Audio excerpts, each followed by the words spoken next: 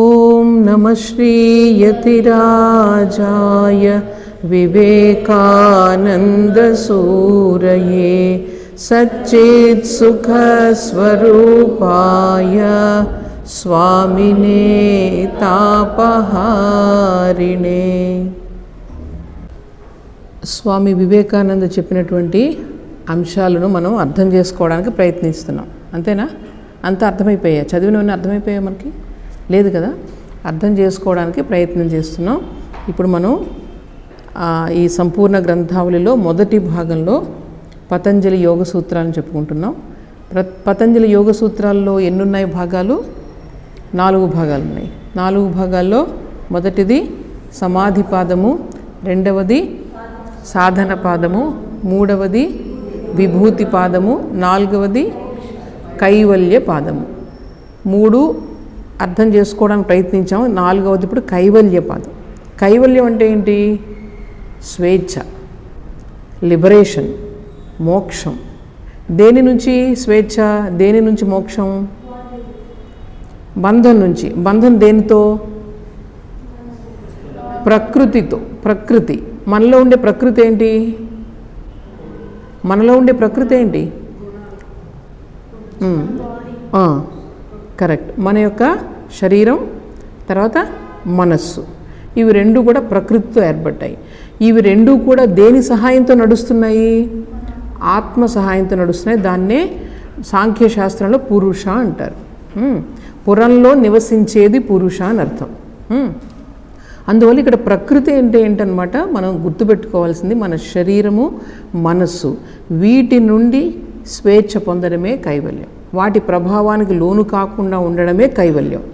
So దీనిలో ఇప్పుడు మనకు మొదటి సూత్రం ఏం చెప్తుందంటే, జన్మ ఔషధి మంత్ర తపః సమాధిజాహ సిద్ధయ. మనం ఏం చెప్పుకున్నాం? 3వ చాప్టర్లో ఏం చెప్పుకున్నామంటే సిద్ధుల గురించి చెప్పుకున్నాం. అంటే మనం ఈ సాధన చేయడం వల్ల మనస్సుని, శరీరాన్ని ఎప్పుడైతే మనం కంట్రోల్లో ఉంచుకోవడానికి ప్రయత్నిస్తున్నామో అప్పుడు ఏది వర్క్ చేస్తుంది? మనలో ఏది పనిచేస్తుంది? ఇచ్ఛాశక్తి పనిచేస్తుంది. Will power. మనసును కంట్రోల్లో పెట్టుకోవాలంటే, నియంత్రించుకోవాలంటే ఏం కావాలి మీకు? ఇచ్ఛాశక్తి కావాలి. ఈ ఇచ్ఛాశక్తి మీరు ఎంతైతే ఉపయోగిస్తారో అన్ని రకాలైన పవర్స్ మీకు వస్తాయన్నమాట. సిద్ధులు వస్తాయి. ఆ సిద్ధులు ఎలా ఉండొచ్చు, ఎన్ని రకాలుగా ఉండొచ్చు ఇక్కడ చెప్తున్నారు. ఒకటి జన్మతః రావచ్చు నీకు. కొంతమంది పుట్టిన వెంటనే కొన్ని మహిమలు అవి చూపిస్తూ ఉంటారు. అలాగే ఔషధి అంటే కొన్ని రకాలైనటువంటి మందులు, ఔషధాలు వాడడం వల్ల కూడా ఇటువంటి పవర్స్ వస్తాయి. తర్వాత 3వది మంత్రం. కొన్ని రకాలైన శబ్దాలను మనం ఉచ్చరిస్తూ ఉంటే, మంత్రజపం చేస్తూ ఉంటే దాని నుంచి కూడా మనకు ఈ సిద్ధులు వస్తాయి. సిద్ధులు అంటే ఏంటి? కొన్ని మిరాకిల్స్ అన్నమాట, కొన్ని పవర్స్. అందరికీ లేనటువంటి శక్తులు మనకు వస్తాయి. తర్వాత తపస్సు అంటే ఏంటి? శరీరాన్ని, మనసుని కంట్రోల్లో పెట్టుకోవడానికి మనం ఏదైతే ప్రయత్నం చేస్తామో దాన్ని తపస్సు అంటారు. తపస్సు. తర్వాత 5వది సమాధి నుండి కూడా నీకు ఈ పవర్స్ వస్తాయి. ఈ 5 రకాలు మీరు చూడండి. జన్మ నుంచి కొంతమందికి, ఈ కపిల మహర్షి ఎవరైతే ఉన్నారో ఈ సాంఖ్యశాస్త్రాన్ని రాశారు కదా, ఆయన చిన్నప్పటి నుంచి, చిన్న బాలుడుగా ఉన్నప్పటి నుంచి ఆయన మహిమలు చూపిస్తూ ఉండేవారంట. అలా మనకు కూడా చాలామంది సాయిబాబా వీరందరూ ఉన్నారు కదా, పుట్టిన దగ్గర నుంచి వాళ్ళు చాలా మిస్టీరియస్గా అనిపిస్తుంది వాళ్ళ జీవిత చరిత్ర అంతా కూడా. అవునా కదా? ఇవన్నీ కూడా ఇలా వచ్చినాయి, వాళ్ళకి సాధన ద్వారా వచ్చినటువంటి సిద్ధులు అనమాట. అవి పవర్స్ కొంతమందికి పుట్టుకతోనే వచ్చేస్తాయి, ఎందుకంటే పూర్వజన్మలో వాళ్ళు చేసి ఉన్నారు కాబట్టి.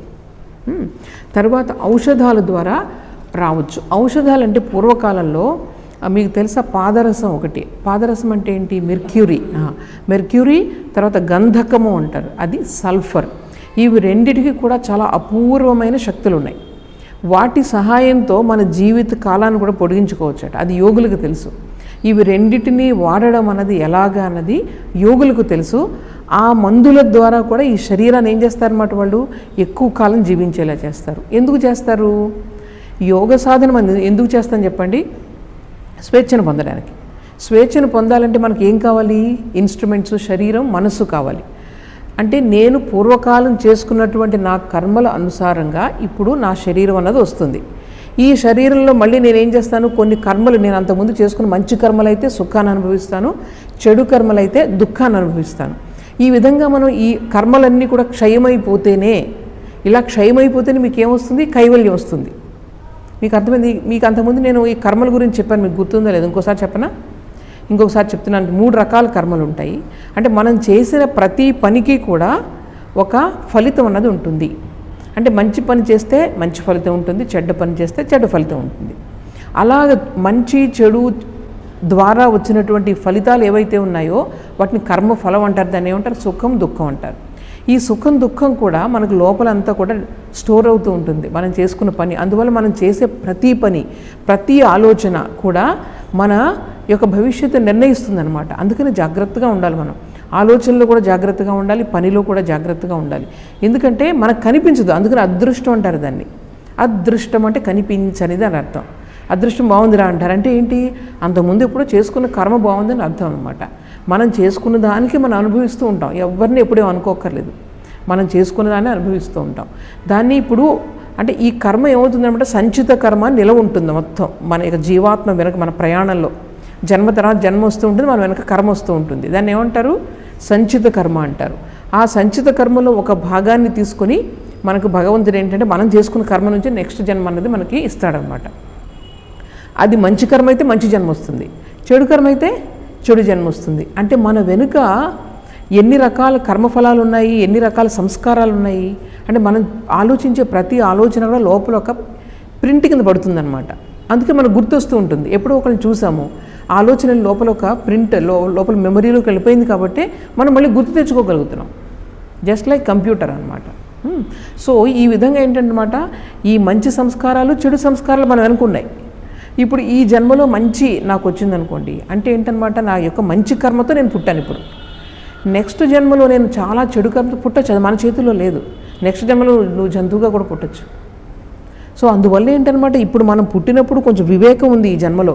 ఈ జన్మలోనే మనం ఏం చేయాలి, మళ్ళీ మళ్ళీ కర్మ ఇంకా పోగు చేసుకోకుండా మంచిగా జీవించాలి. అంటే ఇప్పుడు నేను చేసుకుంటున్న కర్మ కూడా నాకు కొంచెం ఫలితాన్ని ఇస్తూ ఉంటుంది, దాన్ని ఆగామి కర్మ అంటారు. సో ఈ 3 రకాల కర్మలు కూడా నాశనం అయినప్పుడే నీకు కైవల్యం వస్తుంది, నీకు ముక్తి వస్తుంది.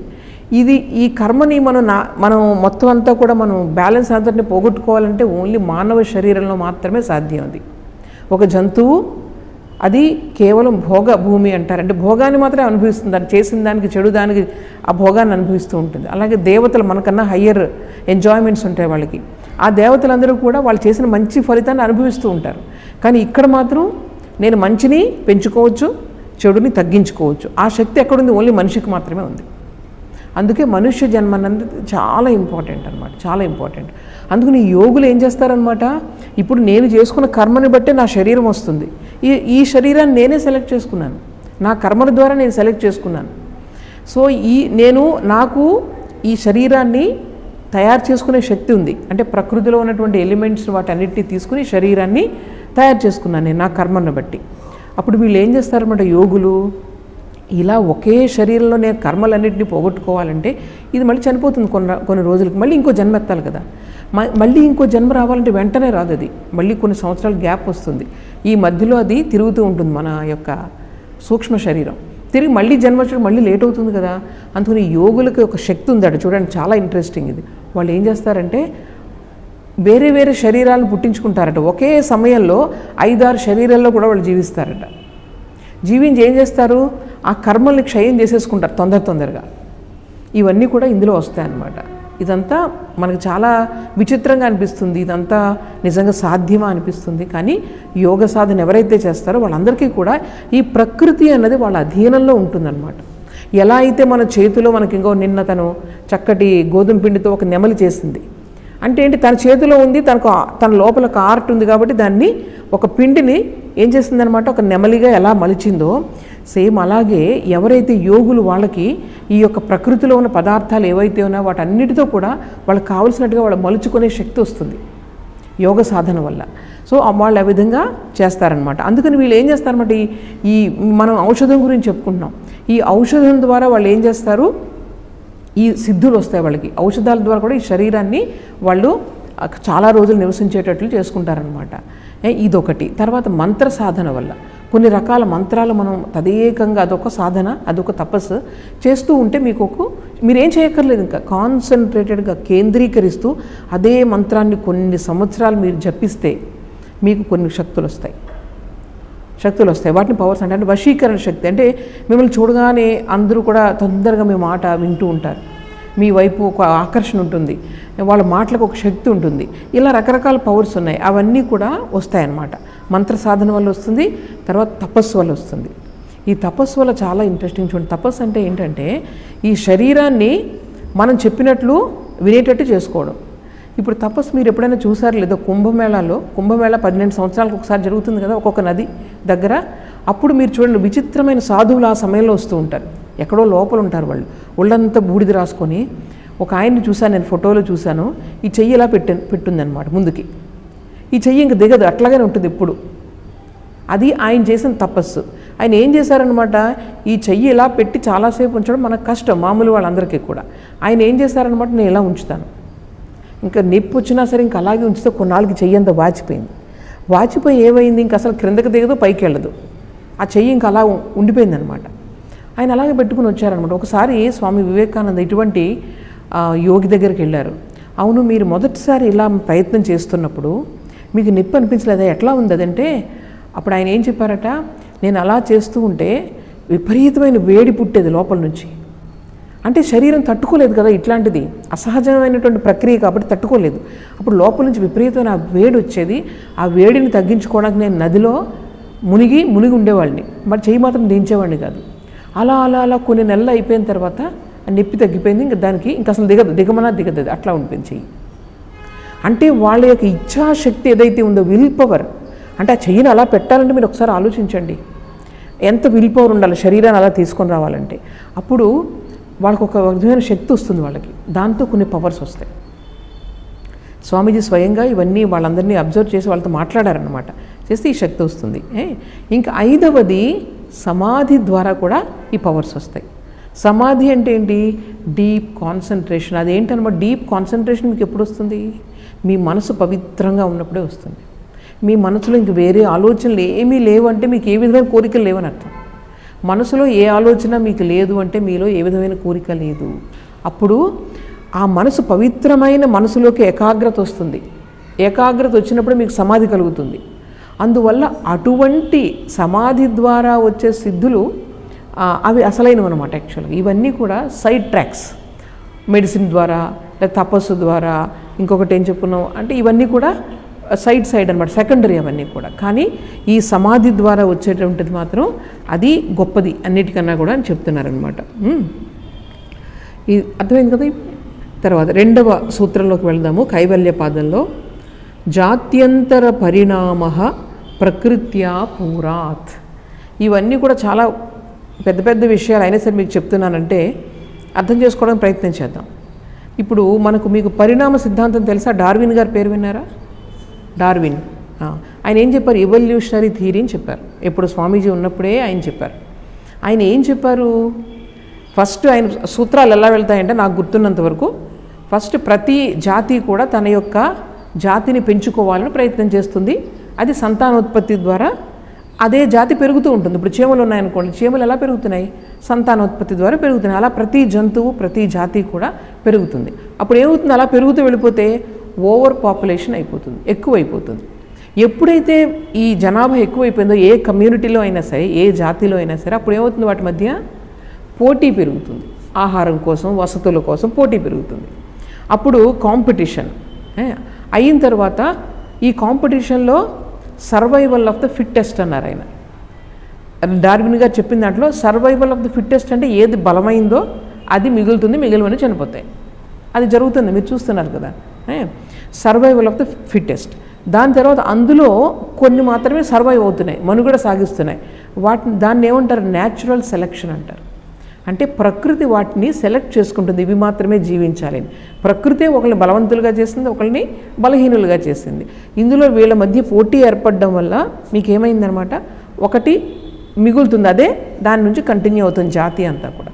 సో ఈ విధంగా ఏమవుతుందనమాట, నెమ్మదిగా ఆయన ఎగ్జాంపుల్ ఏం చెప్తారంటే, సపోజ్ ఒక గుర్రం కానీ గాడిద కానీ మామూలు జంతువులు ఉన్నాయనుకోండి, అవి ఏం చేస్తాయట, అన్ని చాలా జంతువులు అదే జాతి జన్మించిన తర్వాత ఆహారం కోసం కష్టపడుతున్నాయి.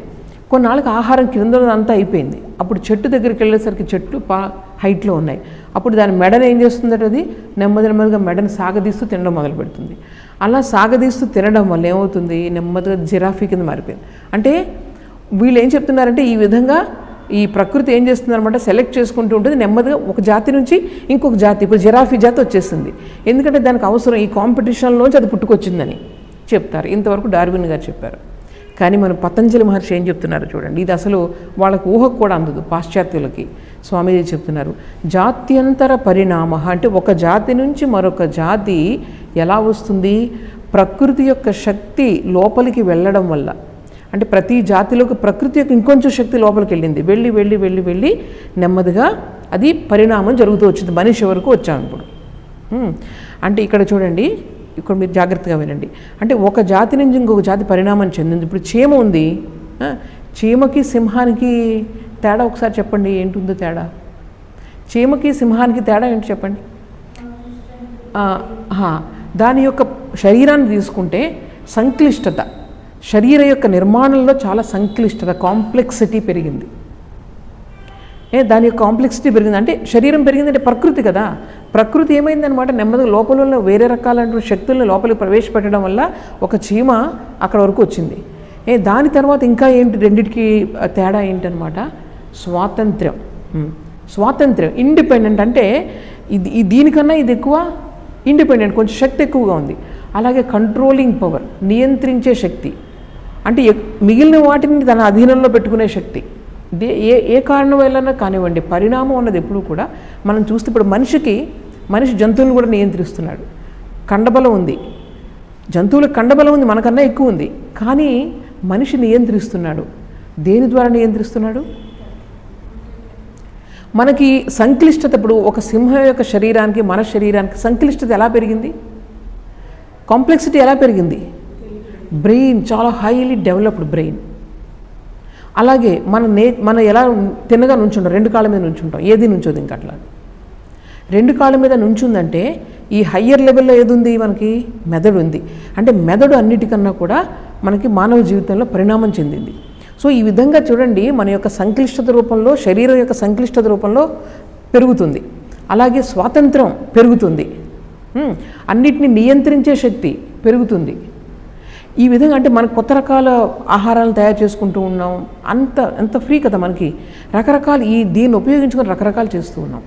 సరే, ఇప్పుడు ఈ మనుషుల్లో మనం అందరూ కూడా, ఇప్పుడు డార్విన్ గారు చెప్పిన దాని ప్రకారం మనం అందరూ కూడా ఎవరు బలవంతులో వాళ్ళు వేరే వాళ్ళని చంపేసి వాళ్ళు పైకి వచ్చేయాలి, అంతే కదా. ఇప్పుడు మనం అనుకుంటాం నిజమే కదా. ఇప్పుడు యూరోప్ వాళ్ళందరూ ఏం చేశారు, మిగిలిన దేశాలన్నింటినీ ఆక్రమించేసుకొని వాళ్ళు సర్వైవల్ ఆఫ్ ద ఫిట్టెస్ట్, అంటే వాళ్ళు చాలా బలవంతులు కాబట్టి వాళ్ళు అలాగే అనుకున్నారు. ఫారినర్స్ అందరూ, విదేశీయులందరూ కూడా మేము గొప్పవాళ్ళం కాబట్టి మేము భగవంతుడితో సెలెక్ట్ చేయబడ్డాం, వీళ్ళందరూ కూడా బానిసలు, వీళ్ళందరూ కూడా బానిసల కింద ఉండాలని చెప్పి ఒక్కొక్క రాజ్యాన్ని ఆక్రమించుకుంటూ వచ్చారు వాళ్ళు. కానీ ఇక్కడే ఉంది పాయింట్, బాగా గుర్తుపెట్టుకోండి. ఇది స్వామి చెప్పిన పాయింట్, స్వామి వివేకానంద చెప్పిన పాయింట్ ఏంటంటే, జంతువుల వరకు మీరు చెప్పింది కరెక్టే. ఇప్పుడు మీరు సపోజ్ ఒక మనిషి గొప్పవాడా, ఒక బుద్ధుడు గొప్పవాడంటే మీరు ఏం చెప్తారు? ఎందుకని? మరి ఆయన యుద్ధాలు చేసి అందరినీ ఆక్రమించేశారా? లేదు కదా. మరి ఎందుకు వాళ్ళ యొక్క ప్రభావం వాళ్ళు చనిపోయిన 2000-3000 సంవత్సరాల వరకు కూడా ఉంది? ఎందుకని? వాళ్ళ బలవంతులనే కదా. ఏ విషయంలో బలవంతులు వాళ్ళు, అది చెప్తారు స్వామీజీ. సో జంతు ప్రపంచం వరకు కండబలం గొప్పది. కండబలం, ఎవరు కండబలం ఉంటే వాళ్ళు నెగ్గుతారు, ముందుకు వస్తారు, అంతవరకు కరెక్టే. కానీ ఒకసారి మనిషి వచ్చిన తర్వాత అది కరెక్ట్ కాదు. స్వామీజీ చెప్పిన మొదటి వ్యక్తి, ఇట్లాంటి సూత్రాలన్నీ కూడా తర్వాత అర్థమవుతుంది స్వామీజీ చెప్పిన విషయాలు ఎటువంటివి అన్నది. ఎంత మేధాశక్తి చూడండి ఒకసారి. ఆయన చెప్తారు, ఎప్పుడైతే మనుషులు ఎప్పుడు గొప్పవాళ్ళు అవుతారు, వాళ్ళ యొక్క ఎవరైతే త్యాగం చేస్తారో ఎదుటివాళ్ళు వాళ్ళ జీవితాలను త్యాగం ఎవరు చేస్తారో, ఎవరైతే నిస్వార్థంగా ఉంటారో వాళ్ళు గొప్పవాళ్ళు మనుషుల్లో. అందువల్ల ఈవెన్ ఫారినర్స్ కూడా చెప్పడం మొదలుపెట్టారు. ఒక ఆయన హగ్జలీ అని ఈ పరిణామ శాస్త్రవేత్త ఉన్నారు, ఆయన హగ్జలీ.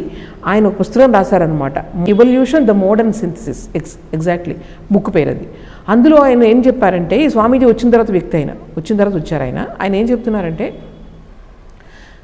ఇప్పుడు మనిషి పరిణామంలో వచ్చే వరకు కూడా అంతవరకు కూడా భౌతిక స్థాయిలో అంతా కూడా పరిణామం జరిగింది. కానీ మనిషి వచ్చిన తర్వాత మానసిక స్థాయిలో పరిణామం జరిగింది. అంటే భౌతిక స్థాయిలో పరిణామంతో అయిపోయింది, ఒకసారి మెదడు వచ్చేసిన తర్వాత. ఇప్పుడు మెదడు కొత్తగా వచ్చింది కదా పరిణామ క్రమంలో, అప్పుడు ఆ మెదడు ఎంత హై లెవెల్కి వెళ్ళచ్చు, అది మనకు ఇప్పుడు మొదలయ్యింది. ఇప్పుడు అంటే మానవ జీవితంలో ఎంత మనం ఈ మెదడును ఉపయోగించి, ఎంత వివేకాన్ని ఉపయోగించి, ఎంత బుద్ధిని ఉపయోగించి మనం పనిచేస్తామో అంత గొప్ప, అంత మనం పరిణామం చెందినట్లు. అందువల్ల మనిషిలో అది వర్తించదు. డార్విన్ గారి సిద్ధాంతం ఇక్కడ వర్తించేది ఏంటనమాట, మనకు వర్తించేది ఏంటి, మన యొక్క మానసిక పరిణామం అన్నది ఇక్కడ మనం అది ఈయన చెప్తున్నారనమాట. ఇప్పుడు ఎలా అంటే ఈ జాత్యంతర పరిణామం అంటే ఈ మనిషి వరకు వచ్చేదంతా కూడా ప్రకృత్యా పూర, ప్రకృతి తన శక్తుల్ని లోపలికి చొప్పిస్తూ ఉంది ఈ మన శరీరంలోకి. ఇప్పుడు మనలో ఎలా వచ్చింది, ఈవెన్ మొత్తం ఈ ప్రపంచాన్ని అంతటికీ ఏ శక్తి ఉందో మనిషిలో శక్తి ఉంది. స్వామి వివేకానంద ఏం చెప్తారంటే ఒకసారి ఆయన ధ్యానంలో ఆయనకి తెలిసిందనమాట, ఈ మొత్తం ఈ సమిష్టి మొత్తం జగత్తంతట్లో ఏ శక్తి ఉందో ఒక మనిషిలో ఆ శక్తి ఉంది. Microcosm and macrocosm are built on the same plan అని చెప్తారు స్వామీజీ. ఈ వాక్యం ఎంత ఇంపార్టెంట్ అని చెప్పలేము. మనకు తెలుస్తూనే ఉంది కదా, ఇప్పుడు ఒక మనిషే అక్కడ అంతరిక్షంలోకి ఎలా తెలుస్తున్నాయి ఆయనకు అన్నీ కూడా, అంతరిక్షాల్లోకి వెళ్ళిపోతున్నాడు, అక్కడ పంపించేస్తున్నాడు, నౌకలను పంపించేస్తున్నాడు, అంతరిక్ష నౌకలను పంపిస్తున్నారు. ఇవన్నీ ఎలా తెలుస్తున్నాయంటే ఆల్రెడీ లోపల ఉంది కదా నాలెడ్జ్, దాన్ని అది బయటికి తీసుకొస్తున్నాడు అంటే ఆ పవర్ ఉన్నట్లేగా లోపల. సో ఇది ప్రకృత్యా పూరాత్ అంటే ప్రకృతి తన శక్తిని లోపల చొప్పిస్తూ ఉంటుంది పరిణామ క్రమంలో. అందుకనే స్వామీజీ అంటారు, ఏమంటారు తెలుసా, as matter evolves spirit or the self manifests. అంటే ఈ జడ పదార్థం అలా పరిణామ క్రమంలో పెరిగే కొద్దీ కూడా అందులో ఈ ఆత్మశక్తి అన్నది వ్యక్తమవుతూ ఉంటుంది, మేనిఫెస్ట్ అవుతూ ఉంటుంది.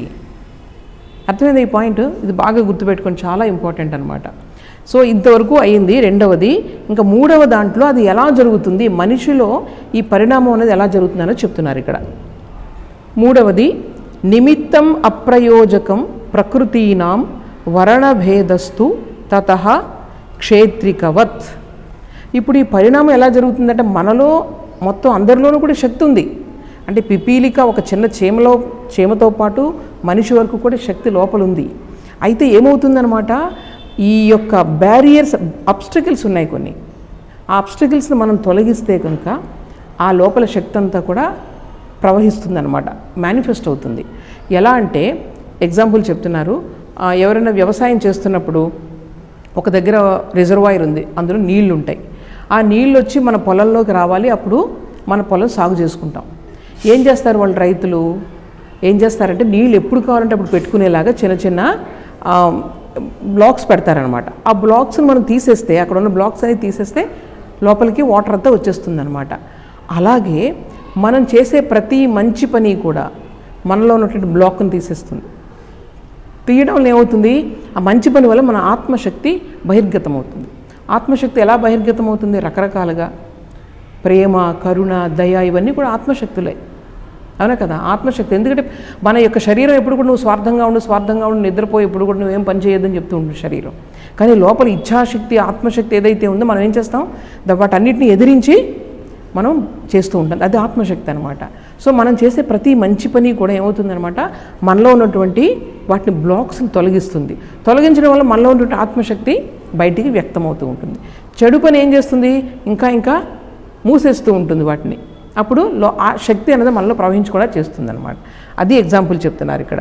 మూడవ సూత్రంలో క్షేత్రికవత్ అంటే ఎలా అయితే వ్యవసాయంలో ఆ ఎగ్జాంపుల్ చెప్తున్నారు.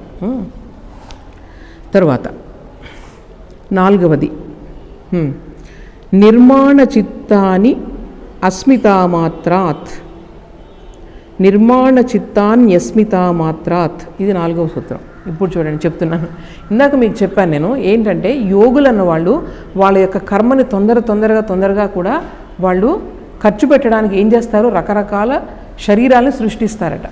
మీరు శ్రీకృష్ణుడు తెలుసు కదా, ఆయన యోగీశ్వరుడు, ఆయన మీకు ఆయన జీవితంలో మీరు ఎగ్జాంపుల్స్ చూస్తారు. ఆయన ఒకే సమయంలో ఆయన చాలా శరీరాలతో అందరూ మా ఇంట్లోనే కృష్ణుడు ఉన్నాడు అని అనుకుంటున్నారనమాట. ఇలా చేసేవాడు ఆయన లీలలు. అది వాడిని నిర్మాణ కాయాలు అంటారట. నిర్మాణ కాయం అంటే వాళ్ళు ఇచ్ఛామాత్రంగానే వాళ్ళు they can create many bodies చేసి వాళ్ళ యొక్క ఏదైతే అస్మిత అంటారు దాన్ని, అహం, అహం అంటే నేను అనే అది చూసారా, అహం. ఆ అహం నుంచి అది చాలా సూక్ష్మమైనటువంటి పదార్థం నుంచి అహం వస్తుంది. ఇప్పుడు మన శరీరంలో ఎన్ని రకాలు ఉన్నాయి? మన యొక్క ఈ జీవితం ఉంది కదా, ఇందులో ఏమేమి ఉన్నాయి చెప్పండి. శరీరం ఉంది, మనస్సు ఉంది, బుద్ధి ఉంది, అహంకారం ఉంది, ఇవన్నీ ఉన్నాయి. తర్వాత ఇదంతా ప్రకృతి యొక్క ఇవి అంశాలు. ఇంక తర్వాత ఆత్మ అన్నది వేరే, ఇంకా దానికి ఎప్పుడు మార్పు లేదు. ఇప్పుడు ఇందులో అస్మి అన్నది అహంకారం ఏదైతే ఉందో అది అన్నిటికైనా సూక్ష్మమైనది.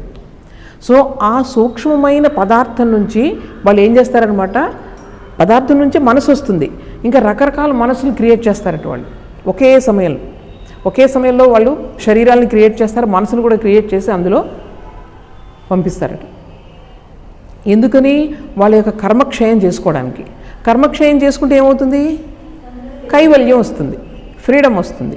సో యోగులు ఇదంతా వాళ్ళకు ఒక ఆర్ట్ అనమాట, అలా చేస్తూ ఉంటారట నిజంగా. అయితే తర్వాత సూత్రంలో ఏం చెప్తున్నారు? ప్రవృత్తి భేదే ప్రయోజకం చిత్తం ఏకమనేకేషాం. ఇందులో ఇప్పుడు రకరకాల మనస్సులు క్రియేట్ చేశారు కదా, సృష్టించారు కదా ఆ యోగి. అందులో ఒక్కొక్క మనసుకు ఒక్కొక్క ప్రవృత్తి ఉంటుంది. కానీ ఇవన్నీ కూడా ఈ ఒరిజినల్గా ఏదైతే ఉందో, ఒరిజినల్ మనిషి ఉన్నారు కదా, ఎవరైతే క్రియేట్ చేశారో వాళ్ళ యొక్క అధీనంలో ఉంటాయి, వీళ్ళ కంట్రోల్లో ఉంటాయి. వీళ్ళు ఎలా చెప్తే అలా, ఇది ఎలా కంట్రోల్ చేస్తే అలా కంట్రోల్ చేస్తాయట. అర్థమైందా? ఇదనమాట. సో తర్వాత 6వది తత్ర ధ్యానజం అనాశయం. ఇప్పుడు మనం ఇందాక చెప్పుకున్నాం, రకరకాలుగా వీళ్ళు క్రియేట్ చేసుకోవచ్చు, మైండ్స్ వాళ్ళ యొక్క పవర్స్ ద్వారా క్రియేట్ చేసుకోవచ్చు. కానీ సమాధి పొందిన వాళ్ళు, సమాధి స్థాయికి వెళ్ళిన వాళ్ళు, అటువంటి మనస్సు మాత్రమే ఏ కోరికలు లేకుండా ఉంటుంది. మిగిలిన వాళ్ళందరూ ఏదో కోరికతో చేస్తారు, ఏదో డిజైర్తో నేను రకరకాల సిద్ధులు వాళ్ళ యొక్క చేస్తూ ఉంటారన్నమాట. నాకు మంచి ఫాలోవర్స్ కావాలి, అందరూ నన్ను అనుసరించాలి, ఇలా కొన్ని కోరికలతో వాళ్ళు చేస్తారు. కానీ సమాధిని ఒకసారి పొందిన తరువాత వాళ్ళ మైండ్ చాలా ప్యూర్గా ఉంటుందన్నమాట. వాళ్ళకి వేరే ఎదుటి వాళ్ళ యొక్క మంచి కోసమే ఉపయోగిస్తారు తప్ప వాళ్ళు స్వార్థం కోసం వాళ్ళు ఉపయోగించరు అనమాట.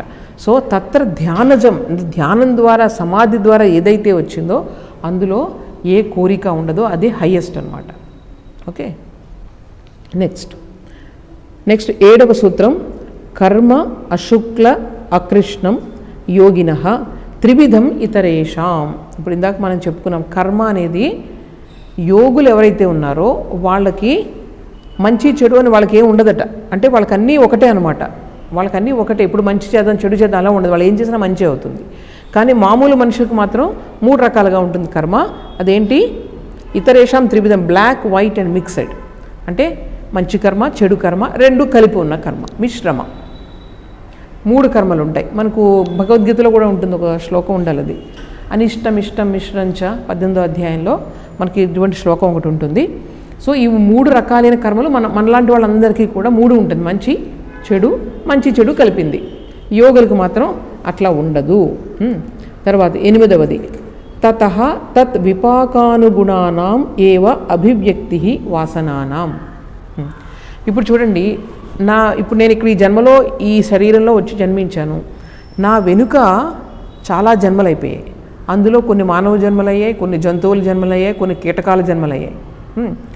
ఇప్పుడు నేను మానవ జన్మలోకి వచ్చిన తర్వాత నేను ఇప్పుడు చాలా మంచి కార్యాలు చేసి ఉండకపోతే నా యొక్క పూర్వ ఫలితాలు ఏవైతే ఉన్నాయో చెడు కర్మ వల్ల నేను నెక్స్ట్ జన్మలో ఏదో ఒక గుర్రం కింద జన్మించవచ్చు. గుర్రం కింద జన్మించాననుకోండి, అప్పుడు ఏమవుతుంది? ఈ కర్మలు అంటే ఈ వాసనలు ఈ సంస్కారాలు ఎలా పనిచేస్తాయని డౌట్ రావచ్చు మనకి.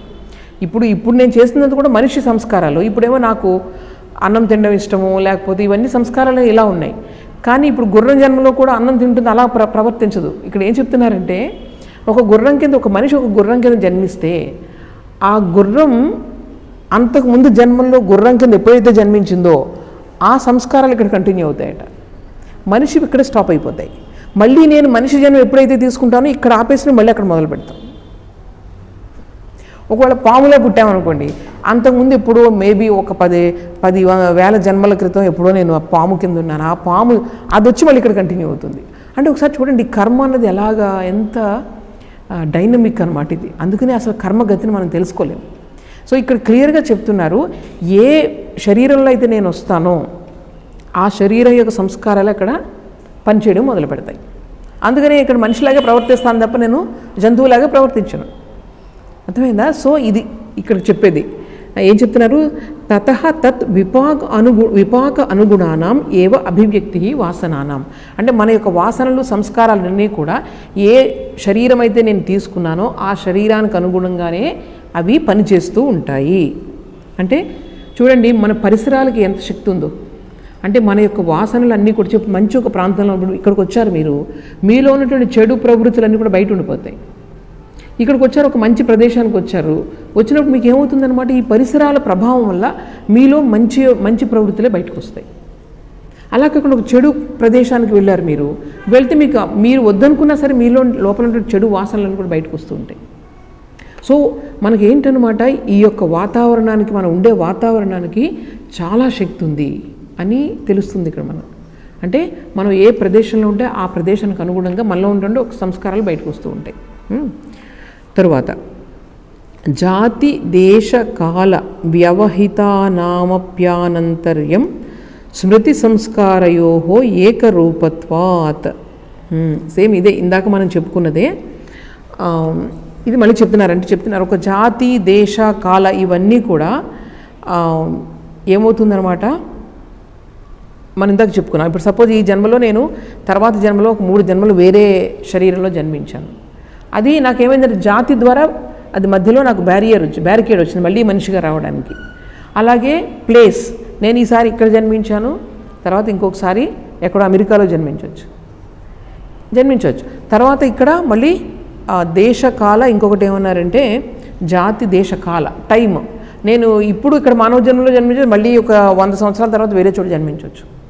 ఇంత ఈ వీటిల్లో ఎంత డిఫరెన్స్ ఉన్నప్పటికీ కూడా ఈ కంటిన్యూటీ ఎలా ఉంటుందన్నమాట, లాస్ట్ జన్మలో నేను మనిషిగానే ఉన్నాను అన్న భావంతోనే నాకు జన్మ వస్తుంది అనమాట, అనిపిస్తుంది. ఆ జ్ఞాపకం అలా ఉంటుంది, ఆ మెమరీస్ అన్నీ పైకి వస్తాయి. ఆ జన్మకు సంబంధించినటువంటి, ఆ శరీరానికి సంబంధించినటువంటి, అంటే ఎన్ని 100 సంవత్సరాలు దాటిపోయినా సరే, ఎన్ని 100 సంవత్సరాలు దాటిపోయినా సరే, ఎంత దూరంలో మళ్ళీ జన్మించినా సరే, దీనికి సంబంధించిన సంస్కారాలు మాత్రం కంటిన్యూ అవుతూ ఉంటాయి అకార్డింగ్ టు బాడీ.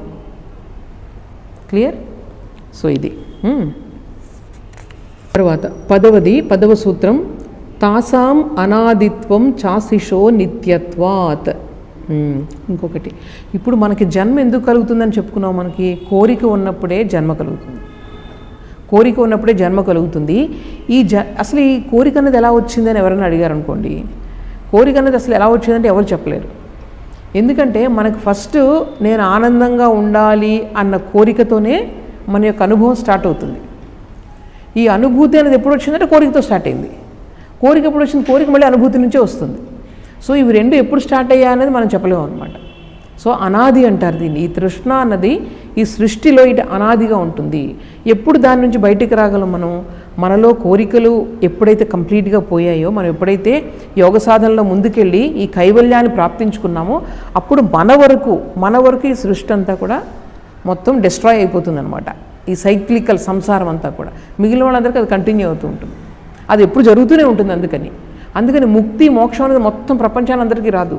ఓన్లీ ఎవరైతే ప్రయత్నం చేస్తారో వాళ్ళు మాత్రమే they will come out of that influence.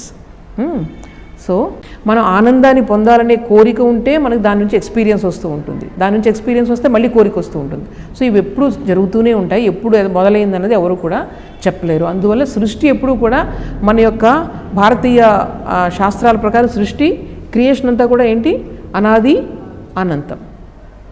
ఆది లేదు, అంతం లేదు. ఎప్పుడు ఆది అంతం ఉంది నీకు, నువ్వు కోరిక నుంచి బయటకు వచ్చినప్పుడు ఆ వలయంలోంచి నువ్వు బయటకు వస్తావు, అది మాత్రం కంటిన్యూ అవుతూనే ఉంటుంది. సో ఇది కూడా ఇప్పుడు సైంటిస్టులు ఒప్పుకుంటున్నారు. ఎందుకంటే ఎవరు కూడా దాన్ని కనిపెట్టలేకపోతున్నారు. ఎక్కడి నుంచి మొదలైంది, బిగ్ బ్యాంగ్ ఎక్కడో మొదలైంది అంటున్నారు. కానీ అది మళ్ళీ ఇలా సైక్లికల్గా సృష్టి జరుగుతూనే ఉంటుంది. అది ఇప్పుడు సైంటిస్టులు కూడా కనిపెడుతున్నారు. ఎప్పుడో మనకు ఎన్ని వేల సంవత్సరాల క్రితం మన వాళ్ళు చెప్పారు, ఇది అనాది అనంతం, దిర్ ఇస్ నో ఎండ్. ఒకసారి ఆలోచించండి మీరు. మన Hindu philosophy accepted the cyclical moment of this creation అన్నది సైంటిస్టులు కూడా ఇప్పుడు ఒప్పుకుంటున్నారనమాట. తర్వాత 11వ సూత్రం, హేతు ఫలాశ్రయ ఆలంబనై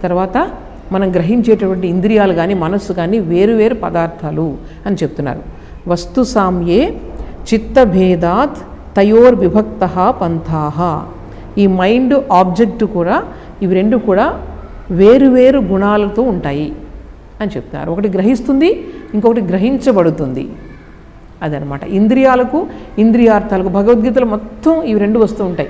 ఇంద్రియాలు ఇంద్రియార్థాలు అంటే మనము మన యొక్క ఇంద్రియాలు, తర్వాత మన ఇంద్రియాలు గ్రహించే వస్తువులు, ఇవి రెండింటి మధ్య కాన్స్టెంట్ ఎక్స్చేంజే మొత్తం మన ఎక్స్పీరియన్స్ అనమాట. మన యొక్క అనుభవం అనేది తెలుస్తుంది. అర్థమైందా అందరికీ? 15 సూత్రాలు చెప్పుకున్నాం ఈ రోజుకి, ఇంతవరకు చాలు. కొంచెం లోపలికి వెళ్తుంది. అంటే ఇవన్నీ కూడా మనకు తెలియని భావాలు కదా, ఎవరు ఎక్కడ చెప్పరు. ఇది స్వామీజీ ఎంత చక్కగా మనకి ఇది ఎక్స్ప్లెయిన్ చేసి చెప్తున్నారు.